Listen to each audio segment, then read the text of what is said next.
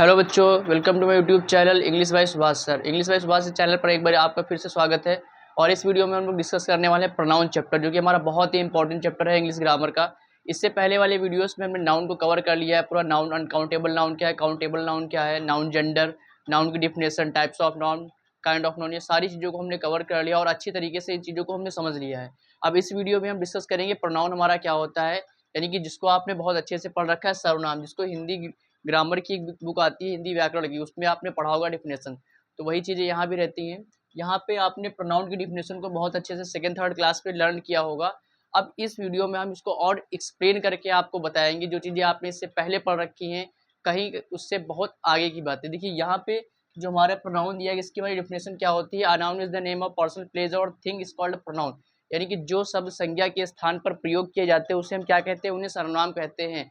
तो यहाँ पर समझना है कि कैसे किस तरीके से, जैसे कि यहाँ पे मैंने एग्जांपल रखा है कि Leena, Leena is a dancer, she dances well. यानी कि लीना क्या है, एक इज अ डांसर, एक डांसर है, ठीक है। लीना इज अ डांसर और सी डांसेस वेल, वह बहुत अच्छा डांस करती है। तो यहाँ पे इस सेंटेंस में हमें ये समझना है कि जो प्रोनाउन पढ़ रहे हैं तो ये प्रोनाउन क्या होता है। यहाँ पे देखिए, यहाँ पे जो आपको ये लीना दिया हुआ है ये आपका क्या है। जैसे आप पहले डिफिनेशन को पढ़िए। अब pronoun is word with which that is use in place of noun, यानी कि जो शब्द संज्ञा के स्थान पर प्रयोग किए जाते हैं उन्हें सर्वनाम कहते हैं। अब ये जो हमारा इस सेंटेंस में ये है हमारा क्या है, लीना। लीना जो नेम है ये नाउन है। लीना जो नेम है हमारा वो नाउन है। अब इसकी जगह पर जैसे Leena is a dancer, she dances well, तो जो ये सी यूज किया गया, ये सी हमारा क्या हो जाएगा, ये हमारा होगा प्रोनाउन। इस सी को हम क्या कहेंगे, सी हमारा प्रोनाउन होगा। अब जैसे इसी में सेकेंड वाला सेंटेंस दिया हुआ है कि Subhash is my best friend, he is a doctor, यानी कि वह मेरा बहुत, सुभाष मेरा क्या है, बहुत अच्छा दोस्त है और वह एक डॉक्टर है। तो यहाँ पर इस कंडीशन में जैसे ये नेम लिखा है, जैसे ये नेम हमारा पहला हो गया, ठीक है, जैसे नेम दिया गया तो ये नेम हमारा क्या है, यहाँ पे नाउन है, नाउन।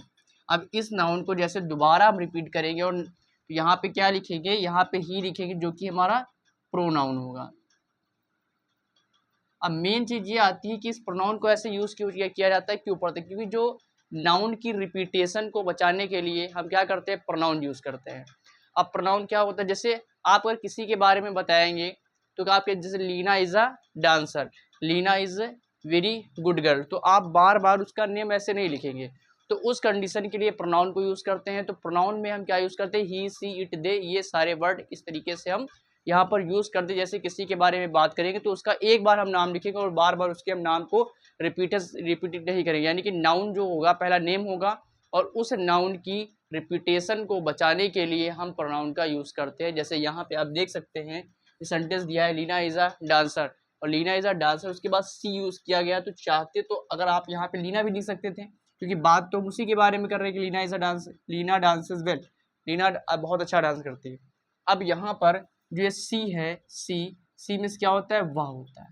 तो यहाँ पे जो नाउन है, इस नाउन की जगह पर यहाँ पर प्रोनाउन का यूज किया गया है, जो कि नाउन हमारा लीना और सी हमारा क्या है, प्रोनाउन है। तो ये हमारा होता है प्रोनाउन।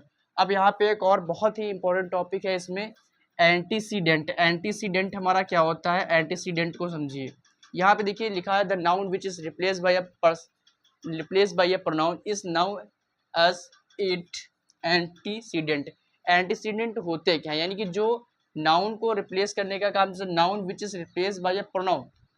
अब यहाँ पे देखिए जैसे सेंटेंस हमारा दिया एग्जाम्पल का, Saba has a book she read its daily. ये आपका इसी पर बेस्ड है, जैसे कि आपने प्रोनाउन के एग्जांपल्स को समझा है, बिल्कुल कुछ ना कुछ इसी पर बेस्ड है, ठीक है। अब यहाँ पे देखिए जैसे Saba has a book she read it daily, उसके पास एक किताब है वह रोज पढ़ती है। सबा के पास एक किताब है वह रोज पढ़ती है, डेली रीड करती है उसको। तो यहाँ पे जो नेम है, ये नेम तो आप समझ पा रहे हैं क्या, ये नाउन है, ये नाउन है।